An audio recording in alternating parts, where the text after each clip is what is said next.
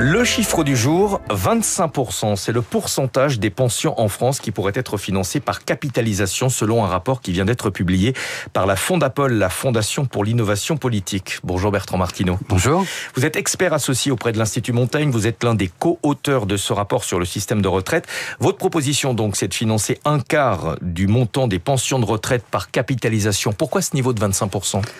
Disons que c'est un bon compromis entre le fait que si vous faites une proportion trop faible, vous avez des effets économiques qui sont relativement peu visibles, on va dire, et si vous faites une proportion trop forte, eh bien la montagne à gravir pour construire ce pilier capitalisation qui suppose quand même d'accumuler beaucoup d'actifs financiers devient vraiment trop compliqué et demande un effort trop important pour les générations d'aujourd'hui. Comment est-ce qu'on monte en puissance sur la capitalisation tout en continuant de financer le système actuel? Est-ce que ça veut dire qu'il y a une génération qui va devoir payer pour les deux systèmes à la fois? Alors, déjà, ce pilier qui se substituerait en partie aux retraites par répartition et complémentaires actuelles, ce pilier suppose de rééquilibrer la partie répartition. C'est-à-dire on ne crée pas de la capitalisation pour financer les terribles déficits de la répartition. Il faut par ailleurs rééquilibrer la répartition. Donc ça, c'est le premier point.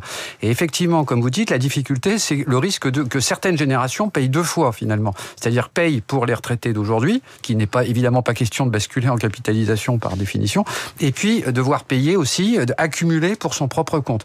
Et donc, effectivement, il faut trouver des mécanismes pour dédommager les générations, on va dire, qui sont aujourd'hui à 10-15 ans de la retraite et qui potentiellement pourraient y perdre. Donc, il y a des solutions techniques. Et sans ces solutions techniques, sans ces mécanismes, est-ce que ça veut dire que certaines générations pourraient être sacrifiées? Si on fait une capitalisation sans aucune compensation pour ces générations, oui, clairement, ces générations pourraient y perdre, évidemment. Et selon vous, les premières victimes, ce seraient les retraités, puisqu'ils ne pourront pas échapper au gel des pensions, hein. Alors, pour faire ce type de dispositif, il faut effectivement bien que quelqu'un paye et amorce la pompe. Donc moi, ce qu'on propose avec mes co-auteurs Ronan Muret et Philippe Gravier, c'est finalement de trouver des façons d'amorcer la pompe d'une certaine manière. Et pour amorcer la pompe, il faut que les efforts soient partagés. Comme on ne peut pas créer de nouvelles cotisations nettes sur les entreprises et les actifs parce qu'elles sont déjà à des niveaux extraordinairement élevés, il faut essayer de trouver d'autres modes de financement. Alors là, il y a trois grands modes de financement qu'on peut imaginer. Le premier, c'est de mettre à contribution d'une manière générale les retraités d'aujourd'hui pour financer la capitalisation de leurs enfants et de leurs petits-enfants. Donc ça, c'est une première possibilité qui peut se combiner aussi avec le fait de faire un effort pour que les actifs travaillent un peu plus longtemps. Par exemple, 2 jours de plus dans l'année qui seraient consacrés intégralement à des ressources supplémentaires pour leur capitalisation dans leur compte individuel. Ça rapporterait 8 milliards d'euros?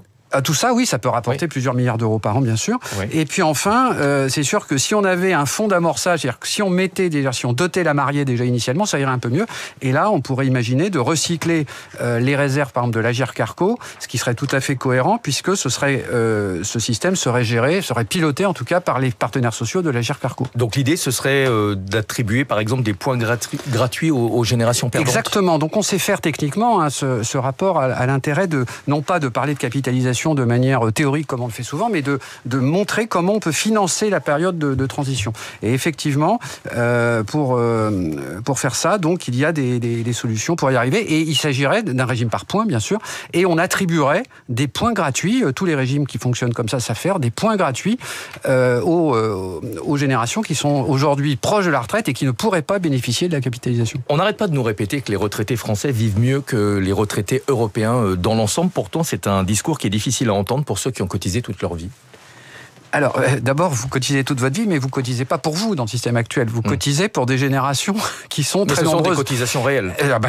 C'est une vraie ponction sur le pouvoir d'achat. Le problème, c'est que vous ne le revoyez pas. Donc, la notion de salaire différé, qui est parfois mise en avant par les syndicats, en pratique, c'est faux. Ce n'est pas véritablement un salaire différé puisque vous ne cotisez pas pour vous. Donc, effectivement, les pensions françaises, elles sont peut-être basses dans l'absolu, mais par rapport aux salaires des actifs français qui sont eux-mêmes relativement bas, en fait, elles sont relativement élevés.